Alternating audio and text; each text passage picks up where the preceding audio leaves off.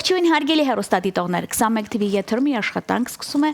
Ձինայդ նախագիծը։ Եվա Կոպովնան, ինչպես միշտ ես համար նախապատրաստել է բացառիկ թողարկում, ունեմ շատ սպասված հյուր եւ ինձանից ավելի շատ գոհ կլինի սպորտասեր հասարակությունը։ Այսինքն այն հասարակությունը, որը ինձ ամեն անգամ խեղդում է, ցանկանում է ողջ շաբաթվա ընթացքում ամենակիչը 4 մարզիկ ունենալ տաղավարում։ Այնպես որ իմ կարծիքով այս շաբաթ հենց ձերն է։ Բայց մինչև նրան ներկայացնելը ուզում եմ մեծագույն սիրով ըստ ֆորմատի շնորհավորել օրվա բոլոր հոբելյարներին լավագույն բարեմաղթանքներով, առողջ եք լինում, լավ մարդկանց շրջապատում, Աստծո օրհնությամբ եւ բացառապես 21 TV-ի հետ։ Հատուկ ձեզ համար տեսահոլովակ, որից հետո վերադառնում ենք տաղավար եւ անցնում ենք բուն թեմային։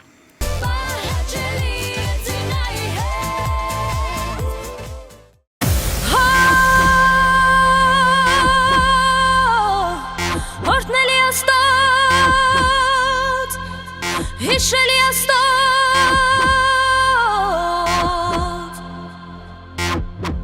Prego me estoy Arrago me estoy Arrago me estoy Arrago me estoy Prego me estoy Arrago me estoy Arrago me estoy Prego me estoy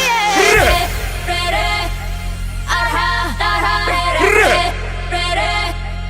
Arha Darha Prere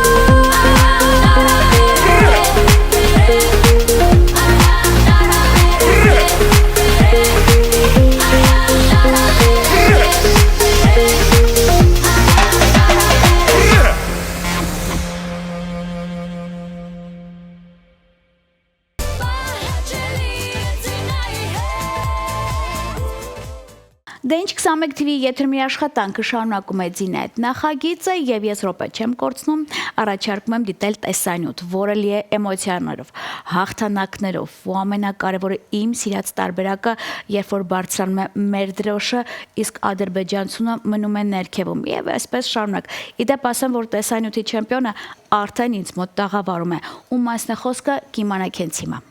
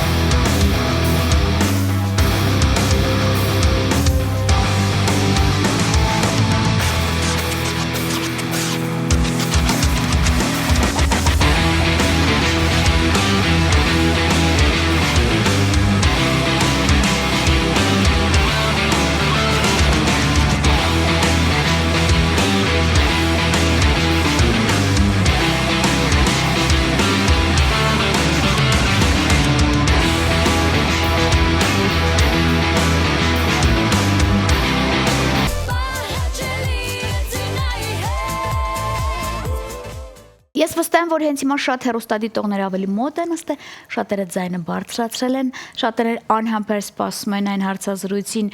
որը ինձ ավելի շատ գրում էին մեկնաբանություններ եւ նրա նկարն էին ցույց տալի եւ այսպես շարունակ։ Բայց ըստ սահմանադրական օրենքի ես պետք է գոնե տիտուլներ կարողանամ եթերում բարձրացնել, գոնե մի քանիսը, այսպես ասած։ Եվ այսպես աշխարհի բազմակի չեմպիոն, WBO վարկածով Եվրոպայի չեմպիոն, 20-ակի ռեկորդակ Յուրի Սակունցն է ինձ մոտ տաղավարում։ Յուր ջան, բարի օր, բարի գալուստ մեր տղա։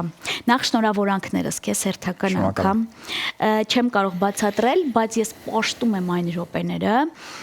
երբ որ տեսնում եմ մեր տղերքը գնացին, մեկ էլ տեսնում եմ, որ ձեռքը ձեր բարձրացրել են մեր դրոշը, բարձրացրել եք, որովհետև կյանքը փաստել է, որ ես ինչքան էլ ձեր կողքին եմ, ես չեմ կարող նայել այն պահերը, թե դուք ոնց եք սատկացնում, ջարդում, փշրում, սիրում եմ ավարտը, մի խոսքով։ Բայց քանի որ հիմա շատ մարզիկների հետ եմ շփվում, ստիպված եմ լինում նրանց շրջապատում, լինել սովորել եմ, այնպես որ ուզում այս ամբողջ ասել, որ ես նայել եմ գրեթե բոլոր այն կադրերը, որը ամենաշատը տարածված էր TikTok-ում։ Այսինքն ազգը չէր հանգստանում Յուրիին ներկայացնելով։ Յուր ջանը, դու մի քանի օր վերադարձել ես հանգստի մեջ ես։ Շնորհակալ եմ հրավերի համար։ Այո, մի քանի օր վերադարձել եմ, վերականգնման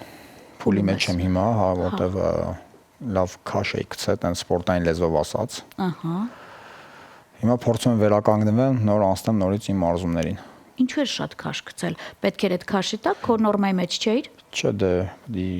քաշ գցեի, որ դառնայի այն քաշին, որը որ միշտ կռվում եմ, ոնց որ միշտ պայքարում այդ քաշի մեջ։ Որն է դա։ 69 կիլոգրամ քաշային կարգում եմ մասնակցում։ Հետո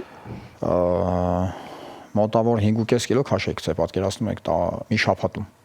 Ներվային էր դարձել։ Դե դյուրագրգիռ ես դառնում, բայց գիտեմ, որ տենց մի քիչ վատ թեմա է։ Դա շատ բարդ թեմա է։ Հասկացողները կհասկանան։ Բնականաբար։ Այդ ժամանակ լինում է, չէ, որ տենց կողից ներվայնացնում են, բայց չեն հասկանում, որ այդ սեզոնը ոնց որ ասած այդ պահը պետք է հանգիստ թողես մարզիկին, որ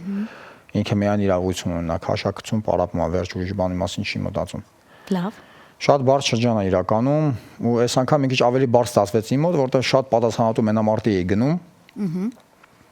ու 5.5 կիլո քաշ գցելը ավելի բարդ էր, որովհետև ես հələ սենց չի ունեցել որ այսքան շատ քաշ գցեմ։ Միշտ եղել է 2 կամ 3 կիլո մաքսիմում իմ քաշը առավել որ եղել է, բայց այս անգամ չգիտես 5.5 կիլո երևի շատ է հասկել է չաղացել է։ Նորմալ է։ Ու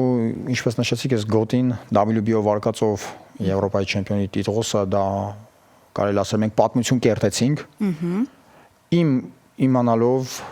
փաստերով երևի արձանագրած, երևի պատմության մեջ միակ հայ մարդն եմ ես,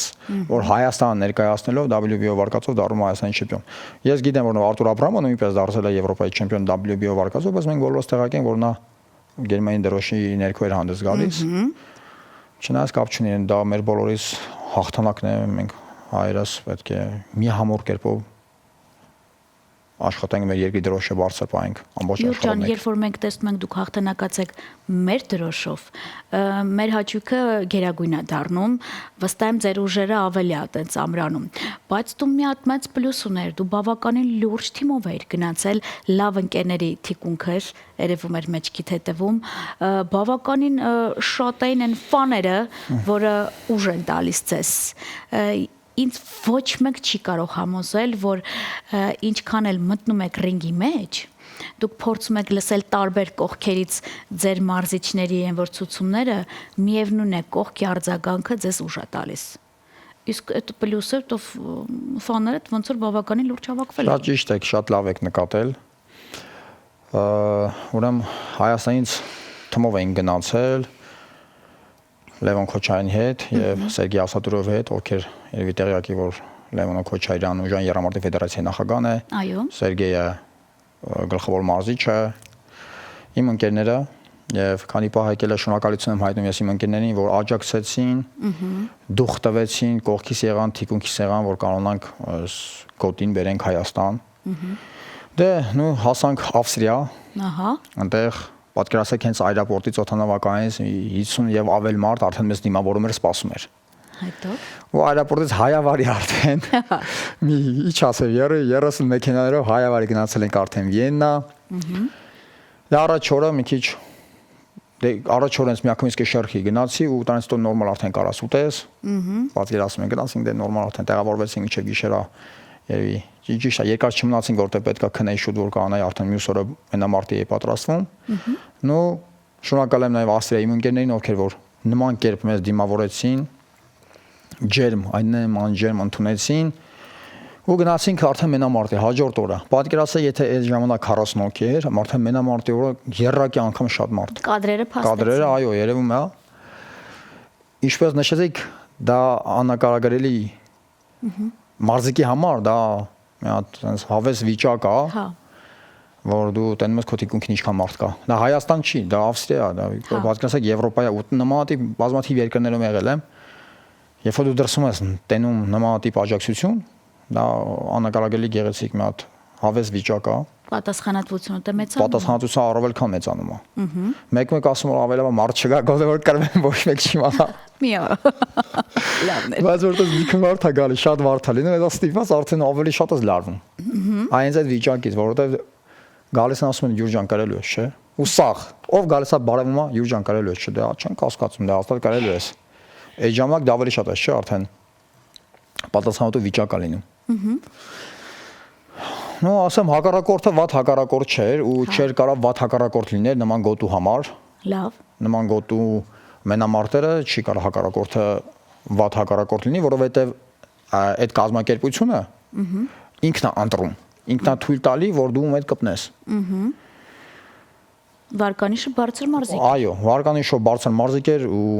Լյուբիցելի մեջ է սիրողական բոքսի մեջ լավ արդյունքներ էր արել, WBC գոտիներ ուներ ու վատը չէր։ 25 արտոնակ ուներ, ընդամենը 2 պարտություն պատկերացնում եք։ Քանի ռաունդ ես անցել։ 10 ռաունդ անց մենամարտ էր նախատեսված, բայց 4 ռաունդում տեխնիկական նոկաուտով հաղթեցի։ Շատ ուժեղ ա եղել իր այն որ ասում է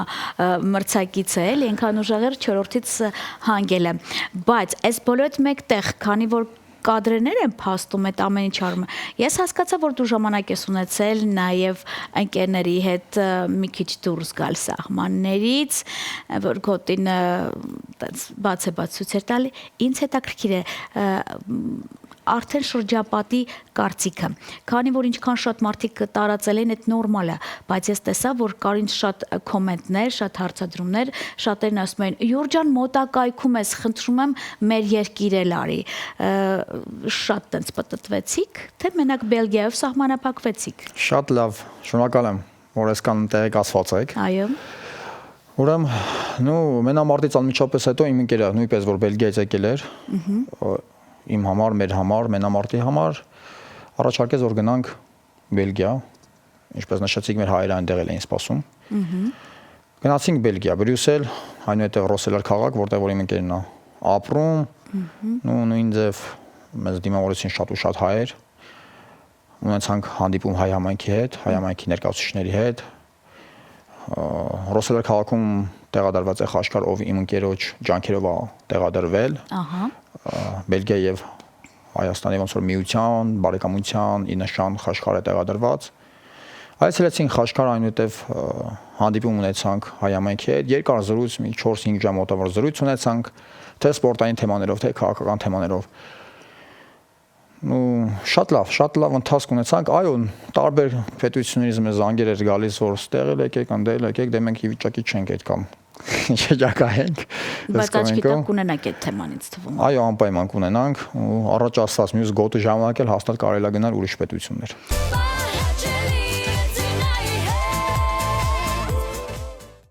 Ավստրիայում յուրի հաղթանակից հետո եկել ենք Բելգիա հանդիպելու հայ համայնքի մեր հայրենակիցների հետ Բելգիայի ու այսօր հետ ենք վերադառնում Երևան։ Սիրելի հայրենակիցներ, մենք արդեն Բելգիայում ենք, հյուրընկալվել ենք մեր ընկերոջ ջյուդոյի ակումբ, որտեղ մեզ ընդունել են նաև քաղաքի սպորտի ներկայացուցիչը, այստեղ նույնպես ապրում են սպորտային կյանքով։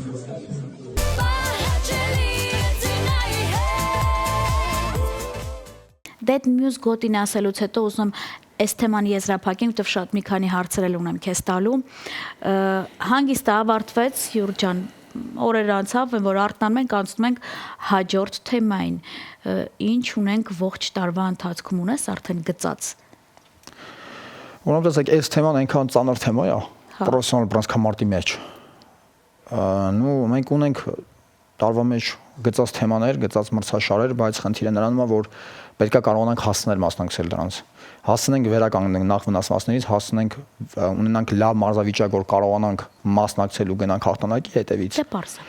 Ու մինչև խնդիրը նրանում է, որ մենք քանի որ չունենք պետության կողմից աջակցություն ֆինանսական առումով։ Այո։ Դա մեր ուսերին է ամբողջ խնդիրը։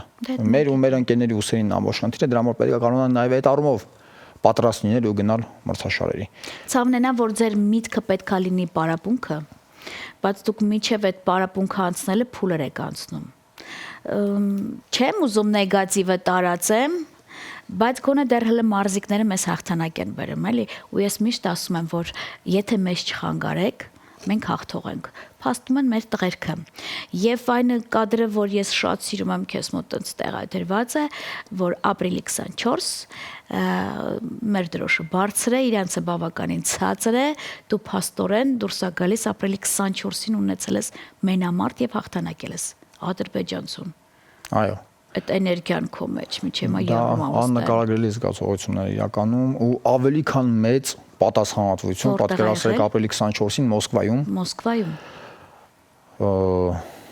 Ցեղասպանության հիշատակի օրվա օրը հենց ունենում եմ ադրբեջանցու հետ մենամարտ։ Ես դրա մասին երևի մի ամիս առաջ արդեն գիտեի, ու մի ամիս դու վնշեքի մեջ, տենց ոնց որ ասած սպորտային զրուցենք, հա տենց հոգեվիճակը շատ ծանր։ Ու այդ ընթացքում շատ զրույցներ, շատ զանգեր եմ ստանում, որ ադրբեջանցիք նույնպես պատրաստվում են, նույնպես շատ մարդ է լինելու։ Մեր հայերը ասում են, Յուրջան, դի կարող է կռիվ լինի, ասենք, չէ, ռինգից դուրս, մարդիկ զենքերով են գալիս, Վարդիկեսյանները։ Ստրախով կասվածը պետքա լինի։ Դե Մոսկվայում, քանի որ գիտենք ադրբեջանցիք շատ են, Եվրոպա չէ, էլի, ինչ Եվրոպան ուրիշ սև է այդ ստանդարտները։ Ներվայնացա հետո։ Դե հետո գնացինք հասանք ռինգ ու ստեղից նույնպես թմով էի գնացել, ես 5-4 հոգով մենք գնացել ենք, որովհետև դե միշտ հիմնականում ես մենակ եմ գնում, բայց էլի 4 հոգով գնացել ենք, ես իմ եղբայրը եւ ընկերներիս հետ գնացինք, Մոսկվայում նույնպես մեզ շատ լավ դիմավորեցին։ Մոսկվայի իմ ընկերները, հայրենակիցները, բարեկամները շատ լավ դիմավորեցին, ու պակաս չկար մարդկանց, պակաս չկար, նու ձեր ասած սրախովկեն հաստատարված էր ամեն ձևի։ Ու այդ մենամարտը, որ ես նայում եմ, իմ մազիչը զանգեր ասում էր՝ «Յուր ջան, դու բոքս չարեցիր, դու պրոսը կռիվ արեցիր, ծեծեցիր այդ տաղուն»։ Հա։ Որ ես էլ եմ նայում ու հասկացող որ նայում եմ բոքսից, տենում եմ որ դա բոքս չէր էլի, տեխնիկապես հագեցած բոքս չէր, դա ծեծոցի էր, կռիվ էր, որ մարդ մտնում է պրոստը մուրը թափելու համար։ Հա։ Մարդ մտնում է ոնց ուզմանին պիտի խփի, խառը ես խփում էի։ Կարևորը հակառակորին որ գցե գեդին։ Նոկաուտի ենթարկեի։ Կարևորը իմ համար այդ էր, թե ոնց կկպնի, ինչքանի խառը, աչից, ձախից խփում էի էլի ոնց պատահեր, կարևորը կարողանայի գցեի։ Այս տեքստերը որ դու ասում ես, ես ունեմ ընկերներ, ասում քո գոլեգա ընկերներից Դավիթը Խաչատրյան, երբ որ ինձ մոտ տաղավարում էր, ասաց, երբ որ ես ադրբեջանցու հետ եմ լինում ռինգում, իմ մոտ ամեն ինչ սևանում է, մթնում է, ու ես էլ չեմ մտածում եմ տեխնիկայի մասին։ Ես միայն մտածում եմ սատկացնելու ու մեր դրոշը բարձրացնել։ Բոլորիդ մոտ նույն տարբերակն է։ Այո։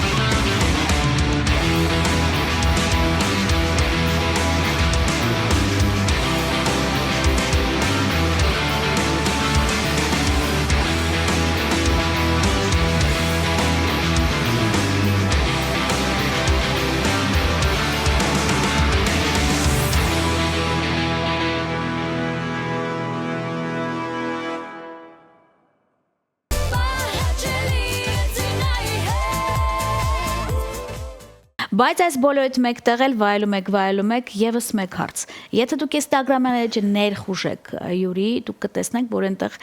բացառապես օրիգինալ ռեկորդներ կա գրանցված 20-ակի։ Չես հանգստանում հələ Յուր այդ թեմայից։ Ну, վերջինը եւ առաջինը։ Սկսի առաջինը որն է։ Առաջի ռեկորդը որ սահմանել եմ եղել եմ 16 տարեկան։ Ահա։ Ճուկին մատով մարդատար մեքենա եմ քաշել։ Ճկուտով։ Մոտ 2 տոննա։ Ճուկույտ մատով այո։ Հետո իսկ վերջի ռեկորդը եղել է ճուկույտ մատով քաշել եմ ուղղաթիռ։ Վերտալյոտ։ Իսկ նախավերջի ռեկորդը եղել է ճուկույտ մատով քաշել եմ 60 տոննա քաշ ունեցող մետրոպոլիտենի մեր Երևանի մետրոպոլիտենի մետրոյի 2 վագոն։ 60 տոննա։ Գրանցված է համաշխարհային ռեկորդի։ Բոլոր այո, իմ ռեկորդները, ես 20 եմ ասում, որ ցանկացած մոռացել եմ քանի հատ, բայց 20-ից ավել է հաստատ։ Բայց մեր խնդիրը գիտեք ինչն է, որ ես որպես մարզիկ լինելով այս սպորտ դա կռիվ է, պատերազմ է, փոքր պատերազմ է։ Ռինգը ավելի շատ պատերազմ է։ Մենք երկին ենք ներկայացնում։ Յուր, բայց ինչի ճկուտով։ Մի ճկուտով է թե երկուսով է, որն է ամենաուժեղը։ Չէ, դե երկուսն ես զախլիկ եմ։ Հա։ Ճուկույտ մատով արեցինք, ասեմ, ինչն էր պատճառը, որ ռեկորդը սահմանած պետք է այնպեսի վարժություն կատարես, որը դա լինի տարբերվող, ու դա լինի ռեկորդ, եզակի, այո, կամ էլ պետք է շրջանցես ինչ-որ մեկի արած ռեկորդը։ Ինչ-որ մի մարզիկի կատարած ռեկորդը պետք է շրջանցես կամ եզակի բանանես։ Թեմայի մեջ։ Ունենք մարդիկ համաշխարհային։ Հա։ Ռեկորդների հետ աղյուսակում կան մարդիկ, ովքեր որ արել են նման վարժությունը մազերով, օրինակ, տեսած կլինեք, ամբողջ մարմնով։ Հա։ Ատամներով նույնիսկ մարդիկ կան, չէ՞ որ անում են, բայց ճկույտ մատը դա ունիկալ էր ու դա իմ մշակած, ոնց որ ասած, եզակի քայլն էր, որը որ գրանցվեց որպես ռեկորդ ու տեն շարունակում ռեկորդներ սահմանեմ ու առաջ Աստված փորձենք իմ ռեկորդային կարիերան ես ուզում ավարտեմ ինքնաթիռ քաշելով։ Աստված իմ։ Ճկույտ մատով ինքնաթիռ եմ քաշելու, պատկերացրեք ասուզորությամբ լինի այդ ամեն ինչը ու ռեկորդներս արդեն ինձ թվում է դրանով կավարտեմ իմ կարիերաս։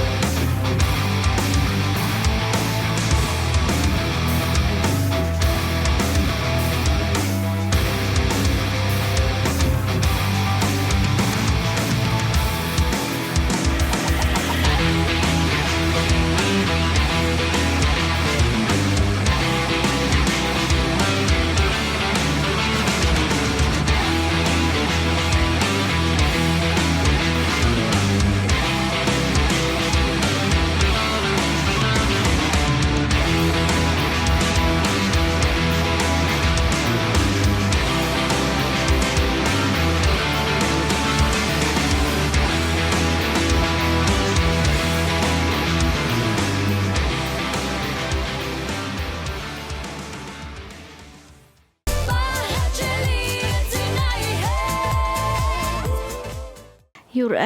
ոչ ցանկալի, բայց կարևոր հարց։ Քանի տարեկան ես։ 31։ Դու դեռ վետարան չես, դեռ մանր մոտենում ես։ Այդ ինչ եմ հարցնում ամփոփելու համար։ Ես գիտեմ, որ շատ մարզիկների թույլ տեղն է, եւ ոմանց ասում եմ ընկերներս ասում 32-33 ոնց որ վետերան ասում ոչ, ես դեռ ֆորմայի մեջ եմ։ Այդ սիրում եմ այդ թեման։ Բայց եթե եկավ այդ օրը, որ ուզես դե գալու է բնականաբար, լույսը բացվեց եւ դու այսուհետ այն որ ասում են նաեւ ինչու ոչ парքով հաջողություն ես մաղթել սպորտին, ինչ ես անելու։ Լավ հարց տվեցիք։ Գիտեմ։ Նախ առաջինը ասեմ, որ բոլոր տիտղոսները դրանք անարժեք բաներ են։ Փառք միայն Աստծունն է։ Հավերժը միայն Աստված։ Ու մենք պետք է միշտ փառքնանք Աստծուն, ապավինենք Աստծո թագավորությանը ու ապրենք։ Ու ես հիմա իմ բոլոր ընկերներին հայրենակիցներին խորհուրդ եմ տալիս, թե առաջարկում եմ ոչ ավելի գեղեցիկ կլինի, որ հավատ ունենան դեպի Աստված ու ամեն ինչ կիրականանա իրենց կյանքում իրենց նպատակները։ Ոչ մի պաշտոն, ոչ մի գործ, ոչ մի հաջողություն դրանք ժամանակավոր են։ Հավերժը միայն Աստծո թագավորությունը։ Իսկ իմ կարիերան որ ավարտվի, ես ունեմ 5 մասնագիտություն։ Զարմանալի է բոլորի համար, բայց կասեմ, որ ես 5 դիպլոմ ունեմ։ 5-րդը սովորում եմ չնայած հիմա։ Այո։ Որպես դասախոս եմ աշխատում արդեն 6 տարի է։ Եվ եթե ավարտվի իմ կարիերան, նույն գործով երբ կշարունակեմ։ Սիրում եմ ես իմ աշխատանքը։ Որտեղ։ Եվրոպական համալսարանում հիմա աշխատում որպես դասախոս։ 6 տարի տարբեր բայց համալսարանում աշխատել եմ, թե Ոստիկանության ակադեմիայում, Կառավարման պետական ակադեմիայում, Վազգեն Սարգսյանի ակադեմիայում, տեն շատ համալսարաններով աշխատել եմ, ամեն տեղ մոտավորապես 2 տարի, մի տարի, որը որ փակվել է, որը որ տեղափոխվել եմ, բայց հիմա Եվրոպական համալսարանում որպես նորից դասախոս շարունակում եմ գործը։ Ապրես։ Հպարտանալու ուրիշ բան չունեմ ասելու։ Ամենայն դեպս այսքանից հետո ասեմ, որ ես վստահ եմ, շատերը գողացան են լավ պահերը, որ հատուկ ձեզ համար նախապատրաստել էի եւ յուր գիտես ինձ ճանաչողները գիտեն, որ ես բավականին էգոիստ աղջիկ եմ։ Այդ իմ հետ մեծանում է, էլի, բայց իմ կարծիքով այդքան էլ վատ երևույթ չի, որովհետև եթե ես հասցնում եմ, հետևում եմ, արագի մեջ արձագանքում եմ, խնդրում եմ, երբ որ լինում է թեմա, որ արդեն պատրաստ ենք, վերադարձել ենք, ես ուզում եմ առաջինը լինես դու ինձ մոտ տաղավարում, կներես, բայց որպես ընկեր իրավունք ունեմ պահանջելու։ Սիրով։ Մենք լուսաբանենք, մեկնաբանենք։ Վերջացավ, եւ ես վստահ եմ, որ լինելու է գալու է մի օր, որ հենց այս սերունդը եւ նրանց կրթած դաստիարակած սերունդն էլ վերադարձնելու է մեր Արցախը։ Այսքանով եզրափակում եմ, որովհետեւ հաղթանակը պետք է լինի վերջում Արցախում։ Շնորհակալ եմ քեզ մեր պատիվը բարձր պահելու համար։ Շնորհակալ եմ նաև լավ գործի համար, չկոտրվելու համար եւ ես վստահ եմ բոլոր այն մարդիկ, ովքեր որ քո շրջապատում են, կներես, բայց գողանում են հաղթանակած էներգիա, ինչ որ կարողացա հենց հիմա ես անել եւ քո օգնությամբ փոխանցել հեռուստաէկրաններից այն կողմ հարգանքներս իմ բոլոր ընկերներին, որոնք նաև քո շրջապատում են, իսկ մնացածը ես կասեմ բնականաբար արդեն ապագայում։ Հարգանքներս շնորհակալ եմ շատ քեզ։ Եվ այսքանից հետո շնորհակալ եմ բոլոր այն հեռուստադիտողներին, ովքեր որ միշտ հետևում են Ակոպովնային եւ գիտեն, որ ես դες համար նախապատրաստում եմ բացառիկ թողարկումներ էքսկլյուզիվ տեսանյութերով։ Միջև հիմա ձեզ հետ իմ քո եւ բոլորի չեմպիոններ եւ իհարկե ձեր Դինա Ակոպովնան, ում կարող եք փնտրել եւ գտնել բացառապես 21 TV եթերում։ Բարին ընձեզ։